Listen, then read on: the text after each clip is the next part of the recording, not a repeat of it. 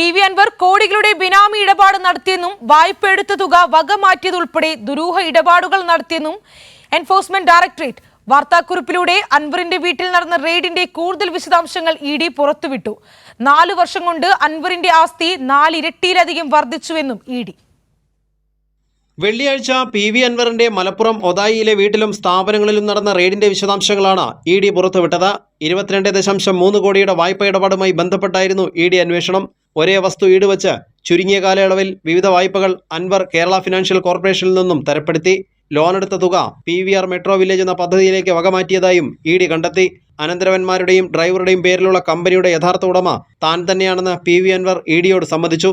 2016 14.38 കോടിയുടെ സ്വത്ത് 2021 64.14 കോടിയായി വർദ്ധിച്ചതിൽ കൃത്യമായ വിശദീകരണം നൽകാൻ അൻവറിന് കഴിഞ്ഞിട്ടില്ലെന്നും ഇ.ഡി. വാർത്താക്കുറിപ്പിൽ പറയുന്നു.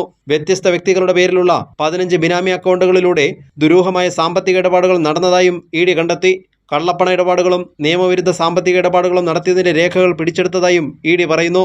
അൻവറിന്റെ ഡ്രൈവർ 2015 മാലാകുളം കൺസ്ട്രക്ഷൻ കമ്പനിയുടെ ഓഹരി ഉടമയെന്ന പേരിൽ 7,50,00,000 രൂപ വായ്പ എടുത്തിരുന്നു. തുടർന്ന് തിരിച്ചടവിലും വീഴ്ച വരുത്തി.